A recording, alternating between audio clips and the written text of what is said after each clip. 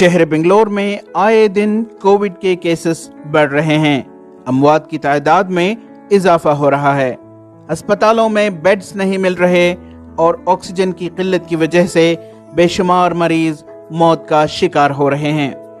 इन दर्दनाक हालात में टैनरी रोड पर वाक़ शादाब शादी महल में हलाई मेमन जमात, मेडिकल टास्क फोर्स और दीगर समाजी तंजीमों ने मिलकर 65 ऑक्सीजन बेड्स पर मुश्तमिल कोविड केयर सेंटर का क़याम किया है। इस सिलसिले में बात करते हुए कोविड केयर सेंटर के जिम्मेदारान ने बताया कि इस सेंटर में अवामन नास के अलावा पुलिकेशी नगर हल्के के स्लम्स इलाके जैसे डीजे हरली, केजी हरली, गोविंदपुर वगैरह में बसने वाले गरीब बड़ी आबादी में यहाँ की खिदमात से मुस्तफीज हो सकते हैं। तो जहाँ पे हमारे क्लचेस ज़्यादा हैं, जहाँ पे गरीब हैं जो अफोर्ड नहीं कर सकते पेशेंट्स जो हैं और ऑक्सीजन का दिक्कत हो रही है, क्योंकि इसके सोच के इसका जो हमने सोचा था कि एक सेंटर ये बनाएंगे वो कंप्लीट ऑक्सीजन बेड्स हो और क्रिटिकल केयर एक 5 बेड्स जो centre in house critical care होगा।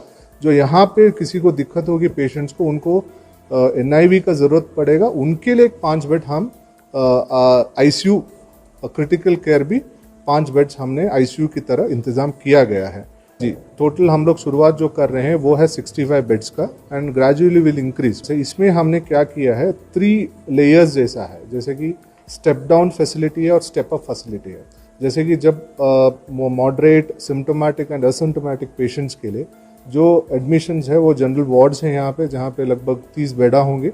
उसके बाद जो होगा वो स्टेप डाउन फैसिलिटी, जब डिस्चार्ज होगा वो भी एक दिक्कत हो रही है। कहाँ पे हॉस्पिटल्स क्या कर रहे हैं कि एकदम डिस्चार्ज के बाद चलो आप घर चले जाओ, और विथ ऑक्सीजन बहुत मुश्किल हो रही है क्योंकि ऑक्सीजन बाहर मिलने का बहुत दिक्कत हो रही है।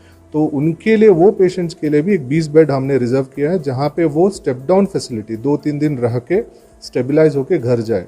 हमने सोचा ये जो डीजे टैंडी रोड है, जिधर छोटे छोटे 300-400 घर के स्क्वायर फीट के घर हैं, जिधर ये एक आदमी को जो अगर इन्फेक्ट हो जाता है तो घर में 3-4 आदमी रहते हैं, उनको भी इन्फेक्ट होने का चांसेस है। इसके लिए हमने ये क्वारंटाइन सेंटर बनाया है और सिर्फ गरीब तबकों के लिए।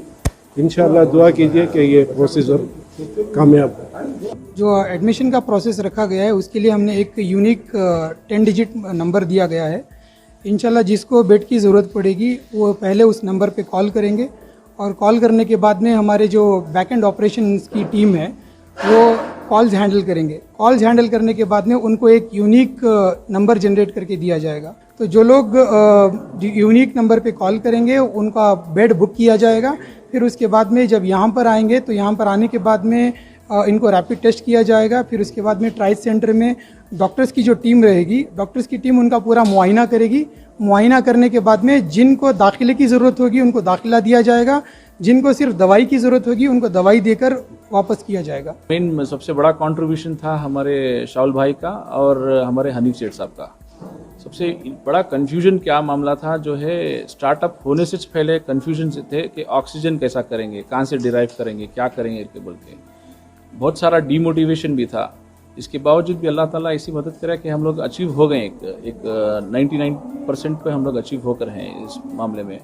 और इसमें जो है गौरव गुप्ता का भी हम लोग शुक्रिया अदा करेंगे दिल से कि तो बड़ा एक्टिवली काम करे इसके ऊपर। और सरफराज खान है इसमें ये लगकर इस प्रोजेक्ट के ऊपर जो काम करने के ऊपर है, बहुत मेजर बड़ी टीम लगकर है। इट्स नॉट एन इनिशियल एक NGO या एक बंदे से नहीं है, पूरे बंदे मिलकर जो है, पूरी NGOs मिलकर और यंगस्टर्स खासकर काम करके हैं। ETV भारत के लिए बेंगलोर से रफीक जब्बार की रिपोर्ट।